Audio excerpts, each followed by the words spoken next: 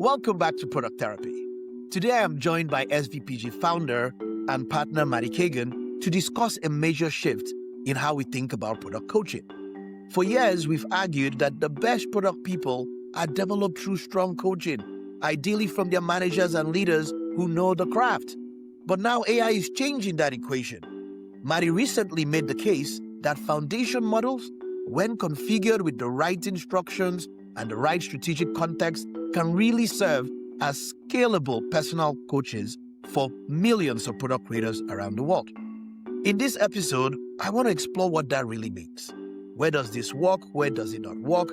How we can configure your LLM well, and why judgment, product sense, and the operating model will still matter more than ever.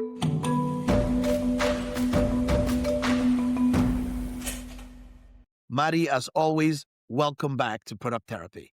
Thanks very much, Christian. Good to sit down with you again. I love this. And this is a very timely conversation. And in some ways, there's this article you put out there kind of about shifting our views on how we see this. First, I kind of want to start by why you see this as a significant shift from what we've advocated for the last 20 years and what really changed in your mind to make this shift. Well, yeah, I'd say if we go back to kind of square one, we've always known that the best companies work a different way than most other companies do. We've known that. You could see that just empirically out there.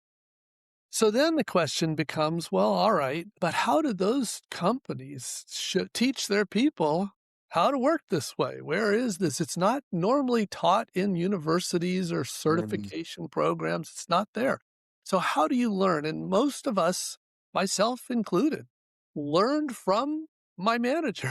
Yeah. I realize now how lucky I was, but for the first 10 years of my career, every single day I had at least one person assigned to help me get better at my job.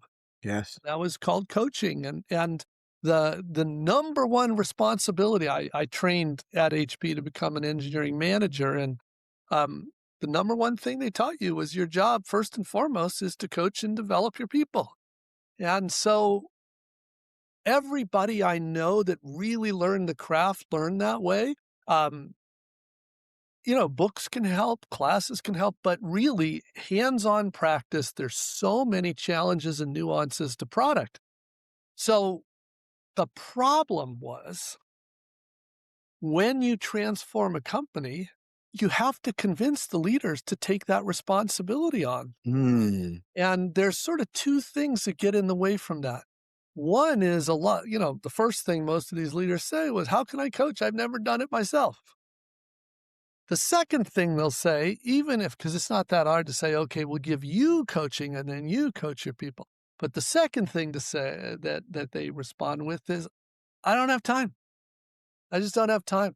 And increasingly in a lot of companies, because you may know there's a trend in our industry, there's several trends going on simultaneously. And one of them is to increase the average number of reports for a manager, especially first-line managers. That's referred to as span of control. And those are making it even harder for people to do this. So just being practical, we have always known that convincing the leaders to coach, the importance of coaching was sort of the most critical, but the toughest argument to make. But we really didn't have an option to that. We didn't really have an alternative. And starting about 3 years ago, we all started with, not just us, right? A lot of the industry started realizing that there was a real possibility on the horizon. I would say that for the first year, it just felt very far away because, the models were not very good. Starting at about year 2, the models, you could believe and see that the models were going to get there. It wasn't a question of if, it was a question of when. Starting realistically, this is very subjective, but about 9 months ago, at least for me, I believed it had crossed that point and it was capable of being as good as a typical manager. There's occasional, I call them flashes of coaching brilliance, where it looks like it's like as good as a good product coach. But mostly, I'd say as good as an average manager. And I realized that I was kind of asking the wrong question. Initially, I was asking, is this as good as a good coach? That's not really the realistic alternative. The question is it good enough to get people to where they need to be to succeed in their job? It doesn't really matter if it's better or not than, the best coach. Would I still, if I could, send my favorite people to be coached by you, Christian? I would.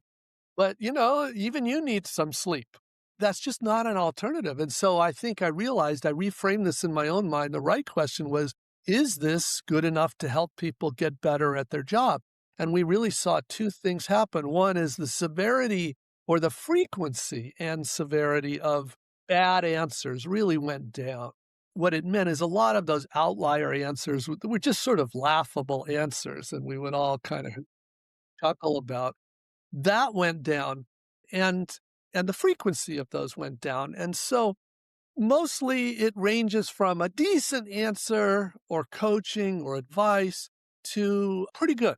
And of course, at the same time, we've now have a few years of getting smarter about how to provide the right context.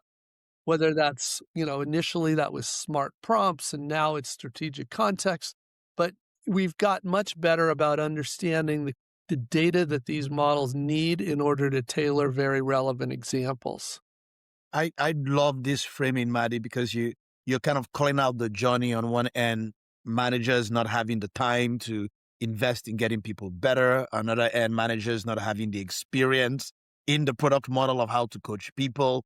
And the reality is that we've pushed this on managers for so long because there was just no other alternative.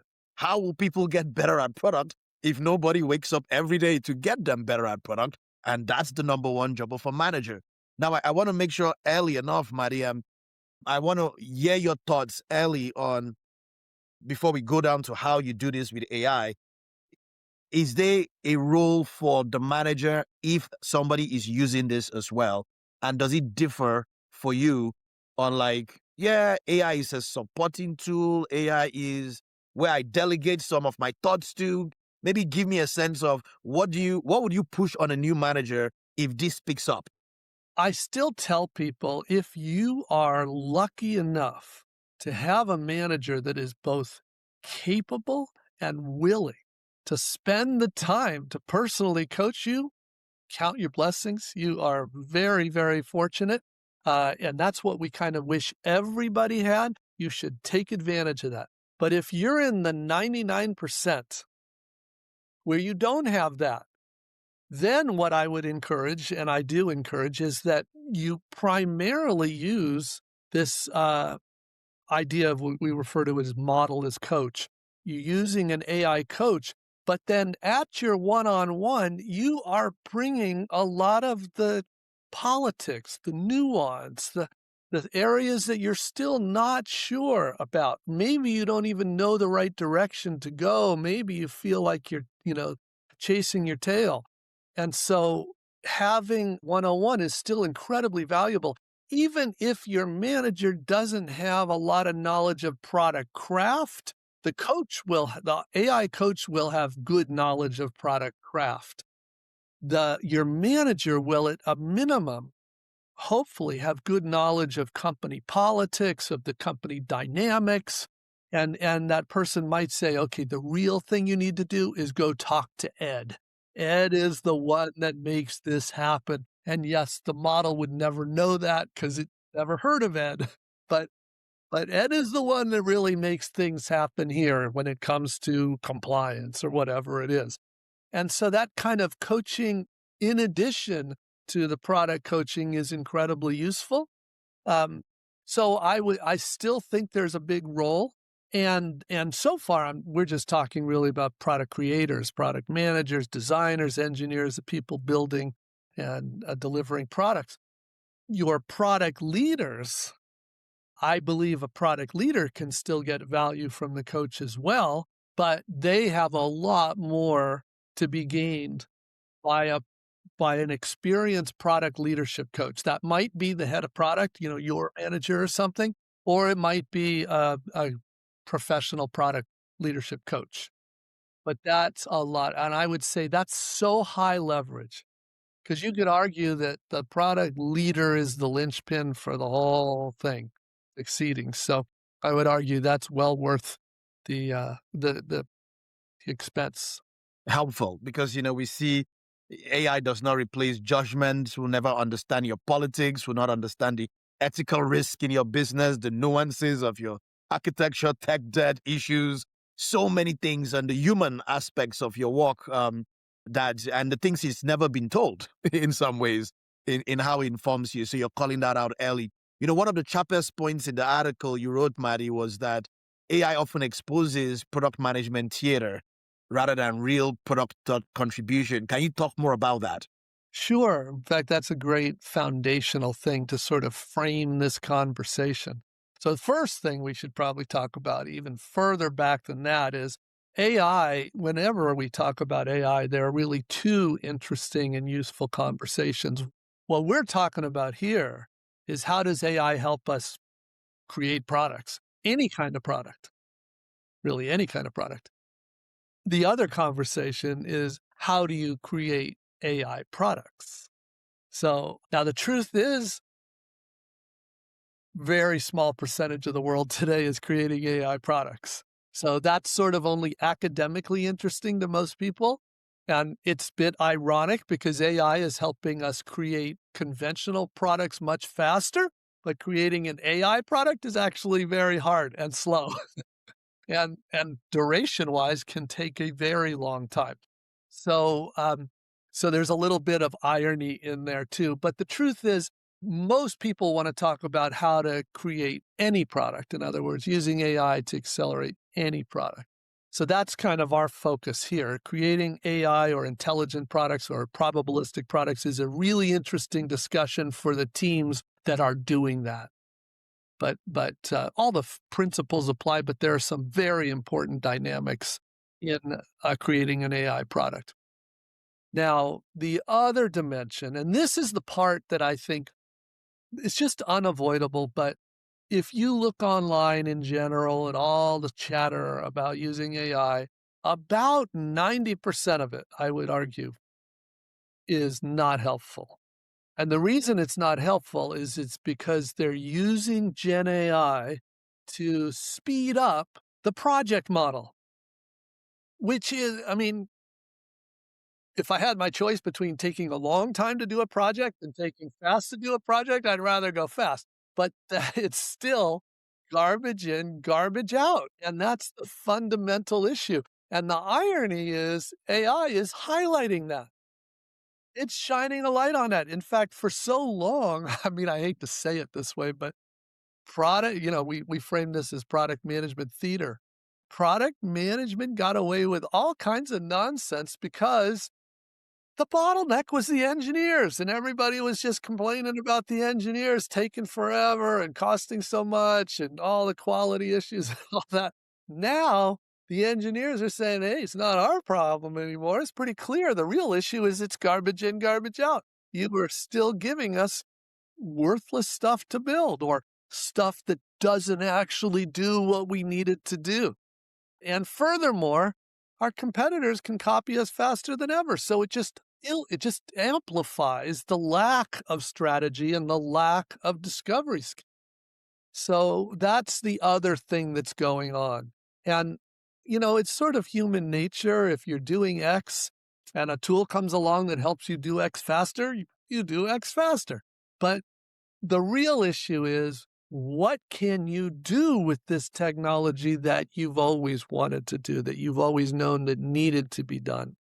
And of course, we've been arguing the product model was good even before Gen AI. And I think the proof of that is the AI companies are using that to do these products. Well, I think that's an important point. Like the AI companies are using the product model to build the AI products, and why that's important. I was just doing a talk around the product creators, and I was making the argument because when we talk about when things are easier, people don't understand that the expectations also increase. It's like if you can personalize easily, I want personalization. If you can fix errors faster, I want fewer errors. And I'm like, you are highlighting this is not a downsizing moment this is a bar raising moment for the discipline. Like, it is calling out product management in this era clearer than ever. People will see our garbage faster. They will recognize our inability to solve real problems or respond faster than ever because everybody can build, and it's a great call out. Now, Marty, you also you started to talk about the distinction between product creators and product leaders and building the model as a coach. I do want to go in pointedly to how we build the model, where we start in building the model, what are the guidelines. But when you kind of think about the distinction, if I were a leader, what would I be looking to gain from a model as a coach? And if I were a creator, what will I be looking to gain from the model as a coach? How you distinguish the goals or the outcomes? Well, I mean, at a high level, I would say both. In both cases, the model as coach is helping you get better at your job. In both cases. But in practice, as you know, better than most because you show people how to do this, the product leader job is a very difficult job and a much different job than a product creator. I know that both of us have done both of those jobs, and I actually think the product creator job is the fun job, but I also would be the first to admit the product leader job is the more consequential and impactful job because you're really setting up an entire organization to succeed or fail. So, for example, in the creator, your job, if you're a product manager or designer, is really product discovery. It's all build to learn versus the engineer's primary job is build to earn. We should talk more about that. But the point is we're all building. We're all building. We're discovering the right thing and we're building and delivering the right thing. So that's the product creator. Product leader is really to enable an organization of teams to do this. The product vision, the product strategy, the product team topology, the objectives for each team, the strategic context in general that's necessary for each team, and by the way, also necessary for the AI coach in order to provide good coaching. So the product leader job has probably never been more important and essential and difficult. We could talk about that. That's sort of a whole other podcast discussion, is how is the product leadership role changing in respect to AI. I actually don't think it's a tooling issue like it is with the creator. It's more of a strategic issue. And so that's another discussion. Yes, creating an environment to enable creation in some ways. And I was kind of, are you calling out pointedly like the model as a coach to help you with your product vision, your product strategy, your topology, your objectives is very different from the model as a coach to help you with the work of discovery? Yeah, because really the discovery is the craft. That's really the craft. The you could view it more that the leadership stuff is more the strategy. Now, Marty, you suggest that one of the best places to start is by using this to develop your product set. Maybe talk about why you think that this is the best place to start and maybe how creators can improve their judgment rather than outsourcing their thinking to an LLM when they do that. Yeah, and that's, of course, one of the big dangers with really any tool is outsourcing the thinking. Outsourcing a lot more than you realize is the point. Product sense, in truth, that's the table stakes. That is the table stakes for both creators and for product leaders. It's sort of ridiculous to talk about a product leader without that product sense, but in many cases, the product leaders do not have this. So you can't take it for granted. But normally, of course, what's going on is you prove yourself as a creator and you get promoted into a leader, and where you're now enabling others to do that. So that's the normal progression. As far as developing that product sense, that is the primary benefit and use of a coach, is developing that. So what does that really mean? There's a set of things. And just to be very clear, whether you use an AI coach or some other way, if you don't develop this product sense, you're not helpful as a product person into your company. And you're also probably got a big target on your back for the next layoff. So developing this product sense is the single biggest thing you could do for your career and for your company and your customers. So what does that really mean? It's a number of dimensions. First of all, you've got to really learn about your customers and the different users. If you're B2B, especially different kinds of users at your customers, they have very different motivations, different goals, different constraints, different concerns, different dynamics. You have to learn those things. You have to be an expert. Now, you can still, and we absolutely encourage this, go visit your customers. You can also learn a whole lot about your customers before you take a step. Got from your laptop. The models are very good for most categories of describing, like, okay, here's the dynamics. You're a marketplace. You've got these 3 kinds of customers. Let's talk about each one. So you need to learn about those customers. You need to learn about your industry. You need to learn about, for example, is it a regulated industry? What are those dynamics? You need to learn about your competitive landscape. What are the other alternatives out there? How do people solve those problems today? We want to go in and win a bunch of business, but how are we going to do that if we don't know what we have to beat? So there's the competitive side. We have to learn about the data. That's often one of the hardest things too, is we have a lot of data. We need to first understand what are the measures? What are the levers for our kind of business? Okay, so we're a marketplace. Fine. We have businesses on one side, consumers on another. How do we decide if this is a healthy marketplace? How is that judged? How is that? The models can coach you on that.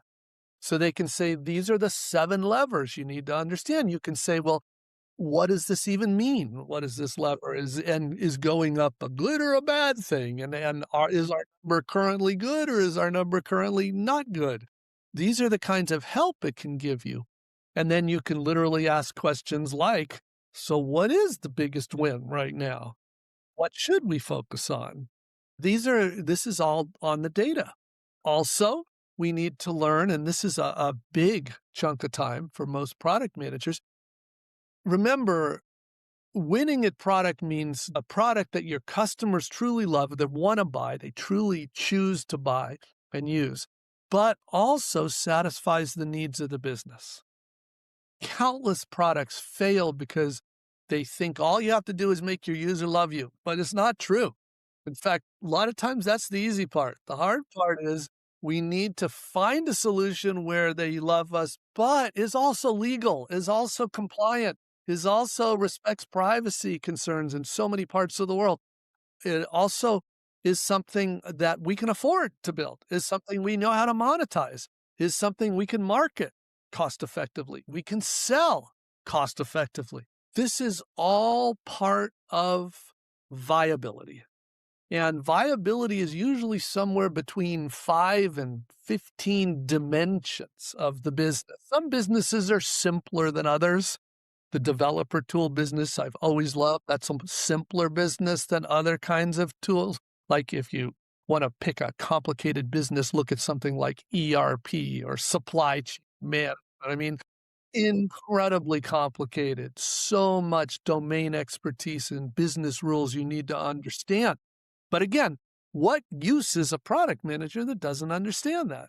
I mean, literally, that is their job. The engineers don't know this and aren't expected to know this, and the designers aren't, but the product manager has to. That's ironically, early on with Gen AI, the talk was, oh, we don't need designers or product managers. We just need developers. Now the talk is, oh, I guess now we're not even sure the life of the developers here. The tools are getting so good. But one thing we can tell you is they need this understanding. They need a real product manager. And so we've seen basically the product manager role explode because of this. But we're talking about this kind of product manager, not the kind that just speed up the project model. Marty, you're calling out, and it's very powerful, the breadth of what the model as a coach can help with. You're calling out company context, markets, users, domains, economic constraints, metrics, data, technology, all the strategic context elements. Now, does this, in some ways, first of all, let me clarify this.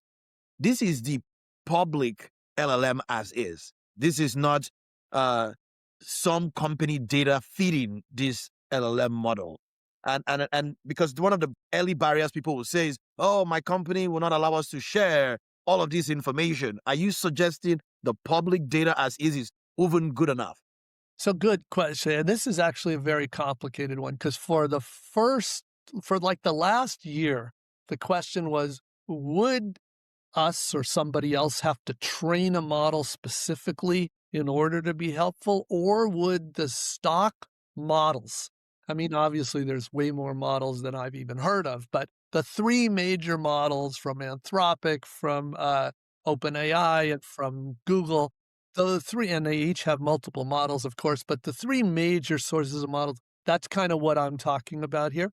And one of the things I was saying about 9 months ago, it became clear that at least those three, I'll say out of the box, there's no box anymore, but out of the box, they are like very good. Now, I also was explaining earlier that at the same time the models have got better, we've got better at instructing the models with context. And for a long time, I felt like and this was very informal. I'm not suggesting this was scientific because this is a research problem. How do you judge, whether the product advice is good? There was sort of a informal benchmark of topics and questions that I had that I kept asking. And I was saying, a lot of the results were kind of funny, but they were very spotty. And one of the things I realized was the models are trained. I mean, the models have read most of the product books. They certainly read our books. But here's the problem. More than half, probably like 80, 90% of the content on product is all about the project model. So we realized that the models are trained on very contradictory approaches. And so that I think is what explained why one question could give you a very useful answer, and the next one could be like, are you serious? This is not how we work. So one of the most important things I learned myself through this testing was there's a large language model, and then there is a form of an operating model on how we build product. The project model and the product model. I realize it is confusing if you're not doing this every day, for sure. So anyway, you need to tell the large language model which operating model you want to work in. So, and that one change, and you can do that lots of ways. You can say, I'm working in the product model, or you can say, I want to follow the methods that SVPG advocates. Well, you can do it lots of different ways.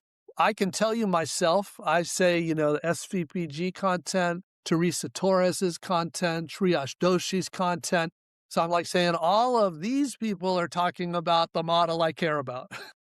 And I tell the models, prioritize that. Don't feed me stuff from the 1990s that are, basically published, but not the kind of product work we're doing. Now, I have some people I've talked to that are definitely not at the product model. They do project model. I'm like, then you need to tell it these names because these are the people that talk about the project model so that you can get good advice there. Because if you just get a mishmash, you're just going to confuse people. But that's an interesting point, and I want to kind of hear your thoughts on it, because we are coaching and advising people on how to work better in the product model. But if someone says, but Marty, I work in the project model, I don't like it. Are you suggesting here that you want the coach to teach you how to survive your project model? Or is there any benefit of me learning the way it should be done and trying to model or practice that in my company? Oh, yeah. But that's absolutely. And that's what we usually do. But that's somebody who comes to us and says, I want to learn a better way of working. But some people say, I would love to learn a new way, but our leaders have already told us this is how we're working. And we're not ready yet. And I don't want to lose my job. I want to learn how to do something. So sure. At some point, they may decide to leave and go to a company where they can practice that. That's up to them, obviously. So I love that first take. First of all, you want to be clear about the model you're working in and tell your LLM model what that model is. Right, what you want to learn. If someone were trying to configure that LLM as a real product coach tomorrow, what should they feed it? So you've kind of given us the guideline, what model I'm working in, what's kind of the next thing I want to feed it? So first of all, the model you're working on, that there's nothing private about that, nothing secret about that. That's like, it's already got this stuff. It's just, you're just telling it what to prioritize. The next topic gets a little more interesting, but really powerful because, we talk about this all the time, even well before Gen AI.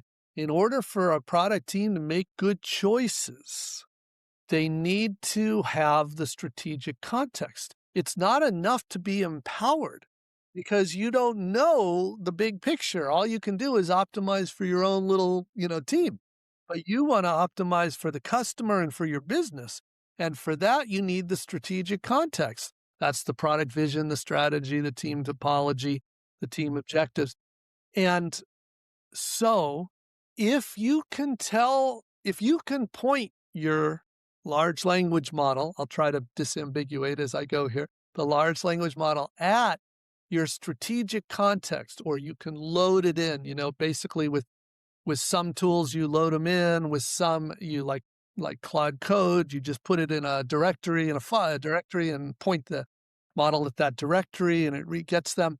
But as long as you can point the model to this information, it's amazing how much better the coaching is, because now instead of just talking generically about jobs marketplaces, it can talk about your company. Maybe we work for Indeed and we're like, yeah, there's a lot of public information about Indeed and from filings. We can also then talk about not just any vision, but our vision. We can talk about not just any strategy, but our strategy. I can ask questions like, what is my team doing to help the product strategy, to help the vision? And what team does my team depend on? And how does this relate? And okay, I'm working on this particular problem to solve. What problems does that depend on? I mean, it can start answering questions that are like, oh man, that is like really valuable. So I'm tracking with you. We've decided what operating model is. We are giving it a context. Now, to be clear, if I am in a project model company and I'm given a roadmap of features and projects, I don't, I'm not connected with context. Is that all I'm giving it? Is that all I'm saying, what I've been told to do in my project? Well, honestly, I don't spend a lot of time on helping people with the project model because to me, it's sort of like rearranging the deck chairs on the Titanic.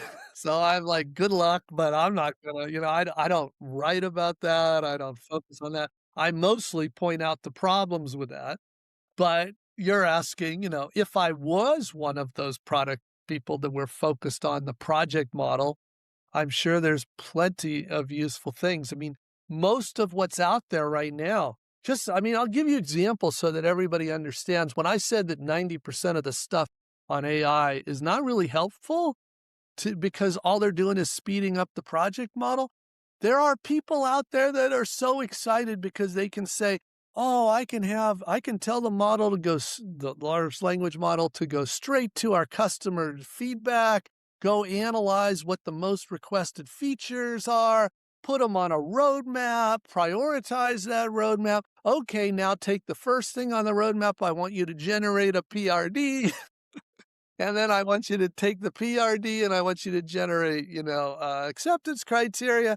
And then I want you to give this to the developers and I'm done. I did my job. And I'm like, oh my God, do you realize that, first of all, you've just demonstrated that you are totally useless. Replaceable very easily. Yeah, but anyway, that's just laughable to me. People are bragging about that. But again, they're so sort of tantalized by this idea that they could take something that used to take them weeks and do it in minutes or hours. So they're tantalized. But I would argue, yes, it took a terrible process that you were using that generated really bad products, and now you're just doing more of them faster. So I am much more interested in how do we use this to build truly successful products, as measured not by output, by outcomes. Now, Marty, because you're showing that I can get a lot of context, generalized product sense about my market, my industry, my data, my business. I can get some insights around the context in my environment. Does this for you change maybe the barrier to entry for getting good at product? Like, in any company, I mean, how does onboarding even change in your mind for a creator? I mean, we're starting to see it now, but I used to say that, I still say this, if you have a manager that is a good manager that is willing to coach you, that you can take most people, as long as they're willing to put in the effort, about 3 months to get them to a real product manager. I don't mean an associate level. I mean like a real first-class product manager with a real team of engineers and designers. Today, that can happen significantly faster because instead of just an hour a week, one-on-one of coaching, I can have this in my pocket. That is literally there all the time, helping me.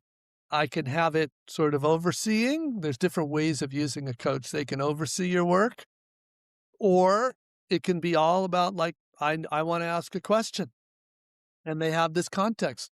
So who knows? Like, I think we probably need a year of time to know, like, well, okay, if 3 months was the average before, what is it now? My guess is it's going to be a lot closer to a month. Now, that's still a month of time, but you heard me describe a lot of things that you need to learn. And the way we are on learning, it takes like hitting it up from several sides and thinking about the topics and trying to understand, is that domain dogma or is that really domain knowledge? So there's a lot of digesting of this knowledge that's coming in. And for a new product manager, it's a fire hose of information. So I don't know what it's going to end up being, but I do think it's significantly faster. And to your point, I love that it makes real product craft skills accessible to literally anyone with an internet connection. That muscle of product sense, it's magical. I have been trying to learn quantum physics, and now that I think I learned a little too late, you can actually have a dialogue with your AI and just talk to it. And it's like, I want to learn this. Teach me like a 5-year-old. Now, break it down for me again, explain to me, quiz me, let's talk about it, tell me stories about it. And, like, it's now my new audiobook style of learning. But I can imagine I am absolutely not a quantum physicist at this point at all, but just ramping up my sense around the subject in a manner that would have taken me lots of books, hours of study. I kind of have some sense of some of the history there. Now, Marty, I want to talk about like risk and guardrails, because you've warned a lot that this is not a deterministic model. Advice could vary from day to day. You should have had like in minutes. You could ask something 5 minutes later, it's a completely different answer.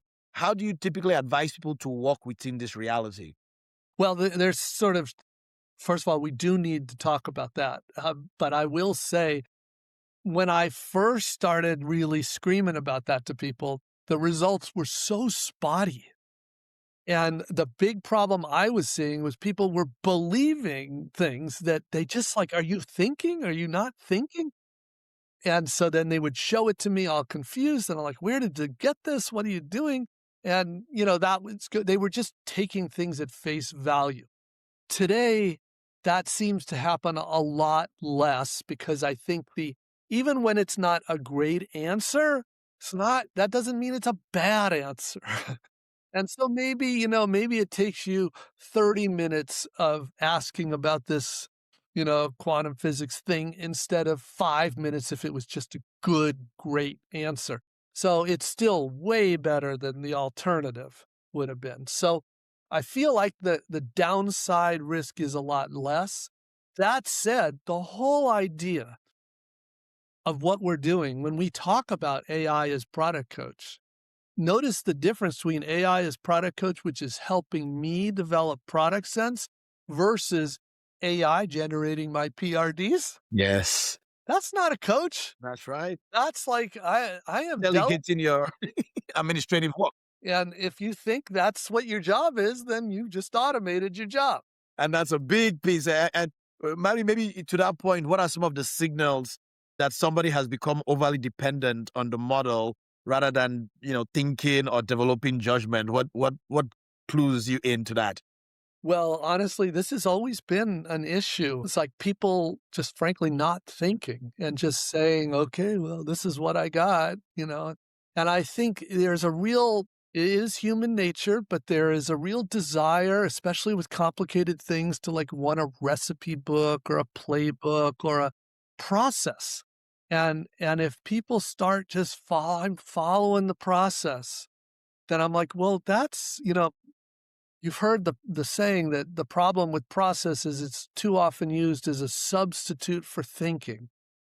And that's the worst thing. So I am always watching for that.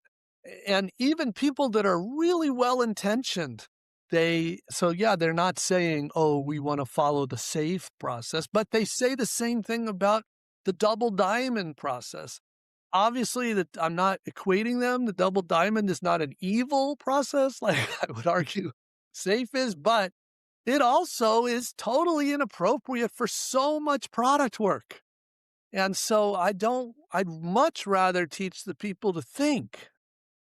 So that's what we're looking to think and use the coach to challenge your thinking, to improve your thinking, to call you out when you're not thinking. And I want to break that down because I'm following the journey of what you're saying here. If I'm setting this up as a coach, I'm first identifying I want to work in the product model. There are prominent voices in the model. I want to be guided by thoughts. You're kind of saying, this is not generalized coaching. I am feeding it the context because it goes beyond the general knowledge to understanding my context. That helps it be a better coach. You've pointed that the first place you're starting is the foundation. You're helping me get better as a product coach. In terms of talking to the AI itself, as a coach, I've said this and I'm setting the AI, I'm telling it, I am setting you up as a coach, not as an advisor, or as a boss, or as a resource, because everybody has this, it takes on a persona when you tell it that. And someone was telling me the other day, my AI, it just tells me everything I want to hear. And it's just exactly validating for everything I've been telling my manager is wrong.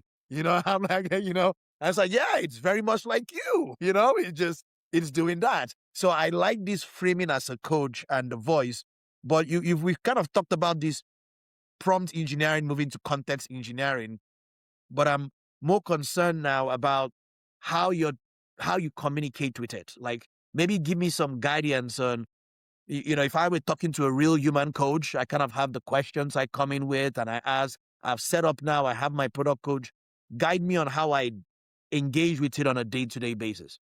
Good. And Christian, hopefully in the podcast notes, you can point people at the article we did on AI as Coach, because there's some links to some actual prompts in there and context, because this question is a really important one. And I'm not suggesting that that's the only way to do it. It's the kind of thing you want to do.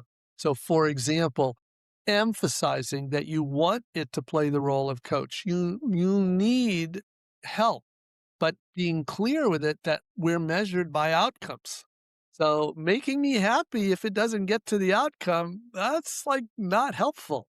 So you say things like, I need you. I'm not using you as a coach to provide affirmation. I'm using you so that you can help me get to good outcomes. So that means pointing out things that may be very difficult.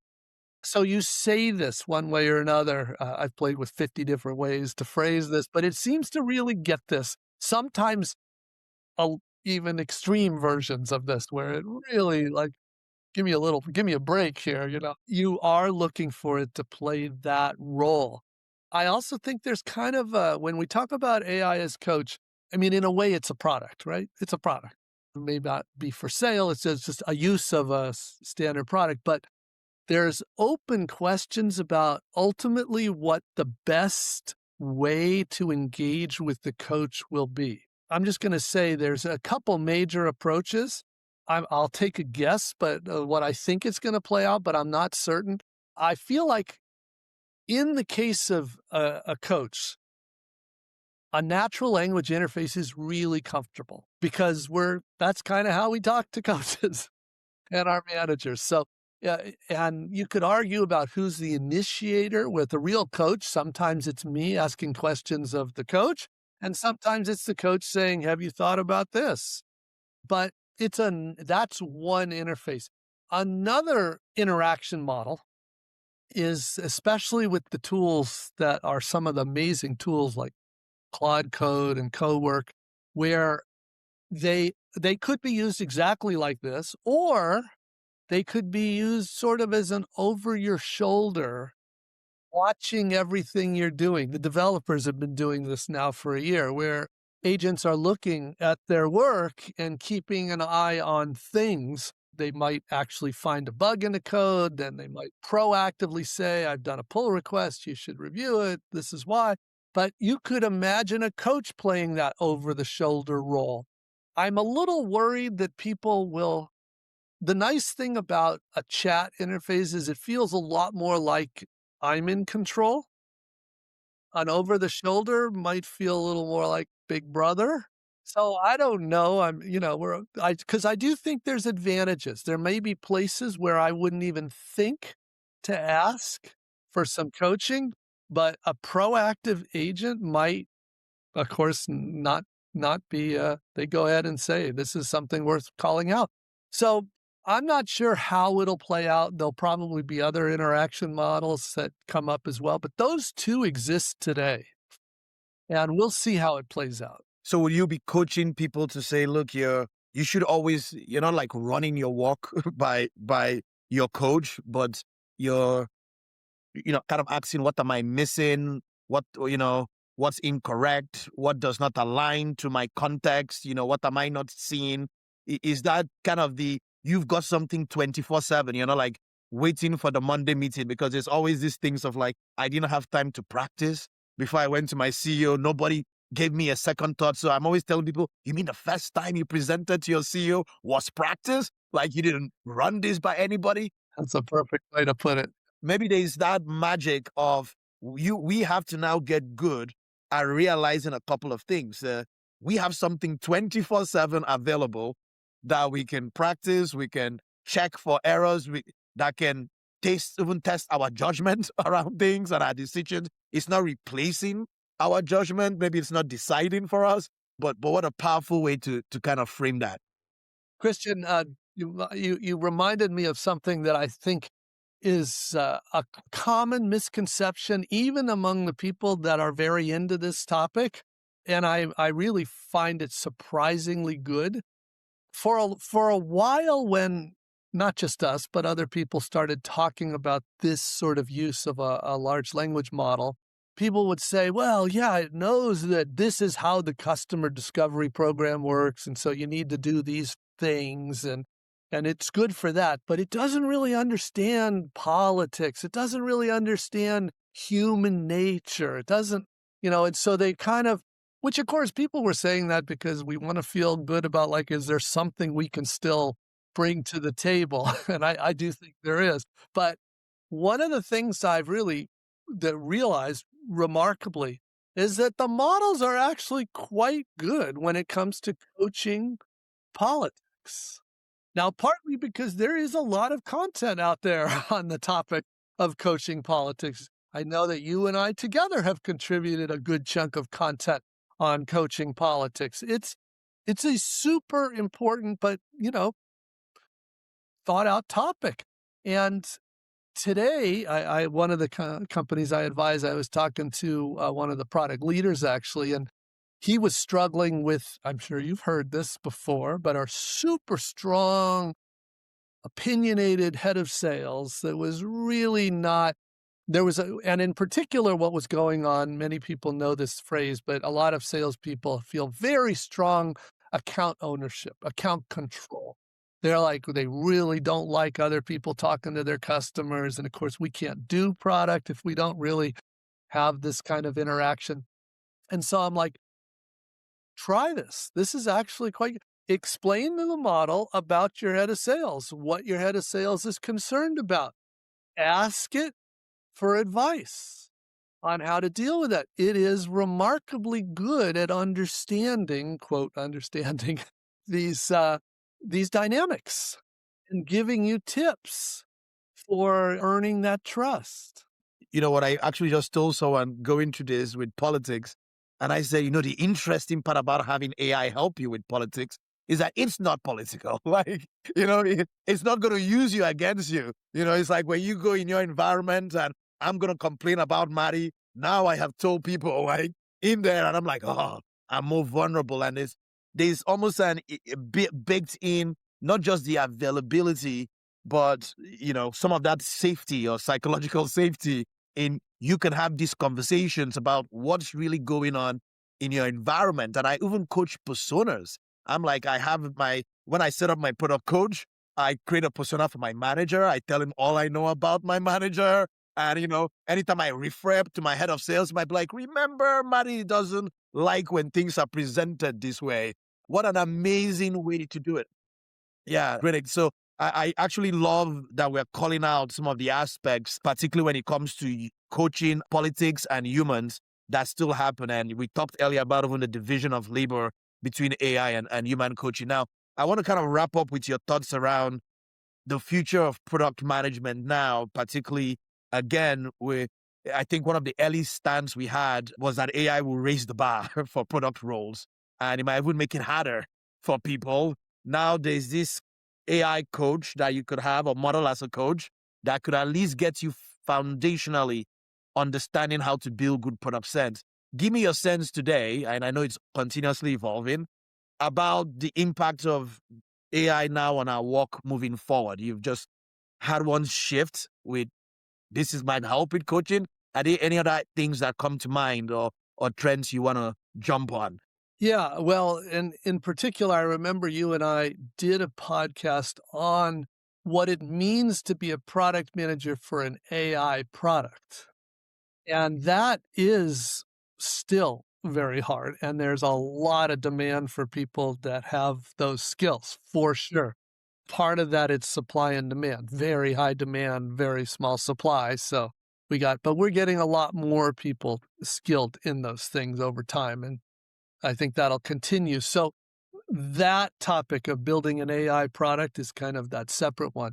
In terms of how AI is changing how every product person goes, and that was another point we made, that every product manager will need to be capable in AI. I think that's becoming more clear to people, that they all will be. And I think we're seeing not just, this knowledge being necessary, but it does change the nature of what you're doing most of the day. So we haven't talked about this too much yet, but today, and I think going forward even more so, there will be very clear distinction between, first of all, we're all builders. We're all builders. We're all creators. When I say all of us, I'm referring to product managers, designers, engineers of all flavors. We're all creators. We're all building. That's what we're there for. We're not bureaucrats. We're not project managers. We're building. Now, what we're building varies. If you're a product manager and designer, you're primarily there to build to learn. You're building prototypes.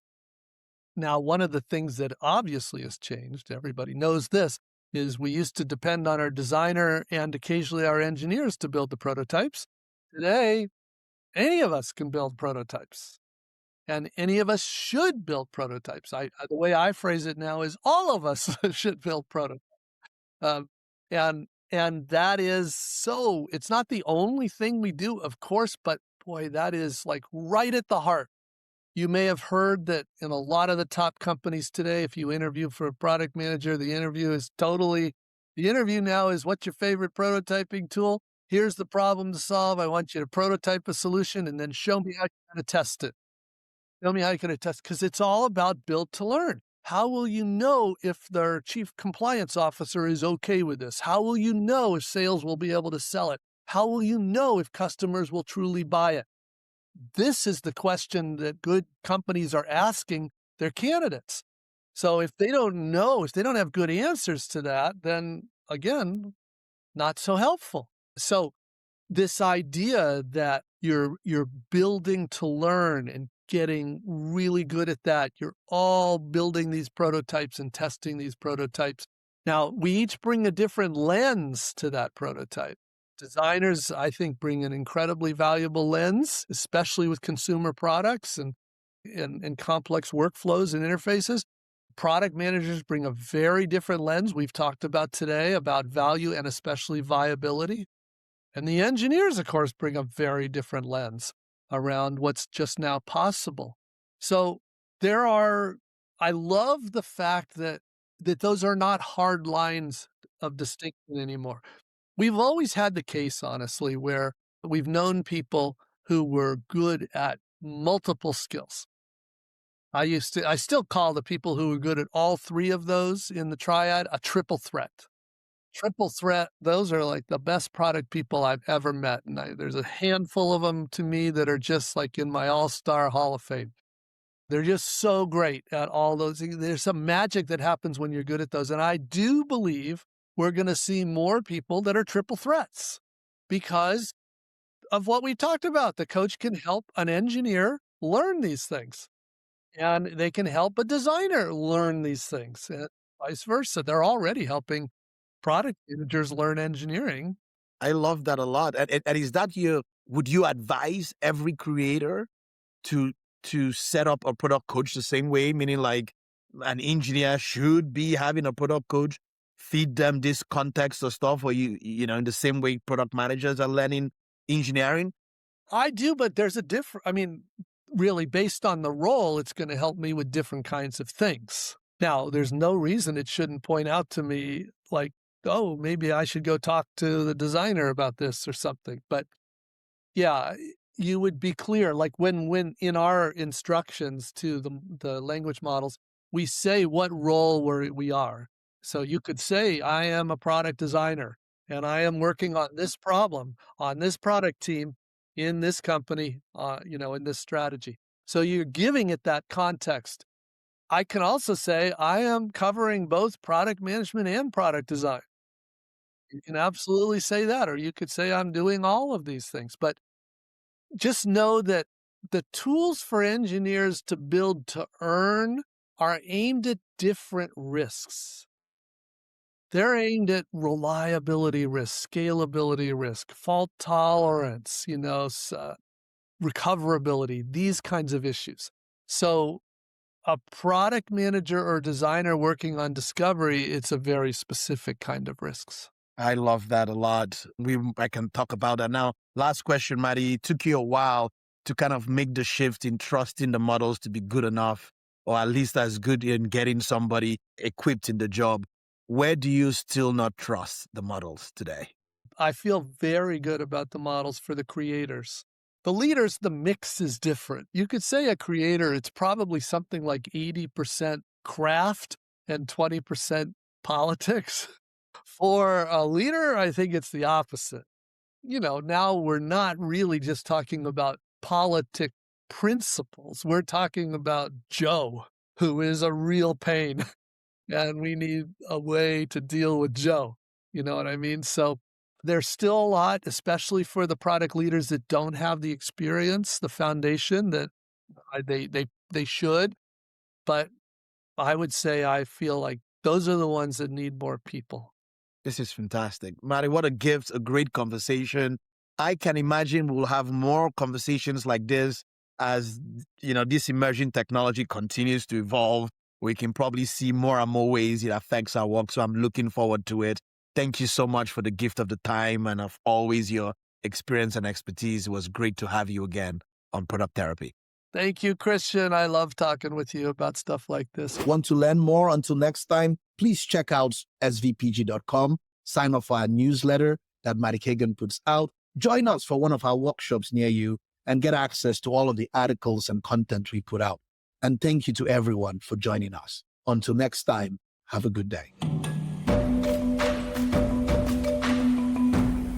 A quick disclaimer, while this podcast is named Product Therapy, it is not hosted by licensed therapists or mental health professionals, and it is in no way a substitute for professional mental health services. We recognize the importance of mental well-being and encourage anyone facing personal difficulties to seek support from qualified professionals. See www.findahelpline.com.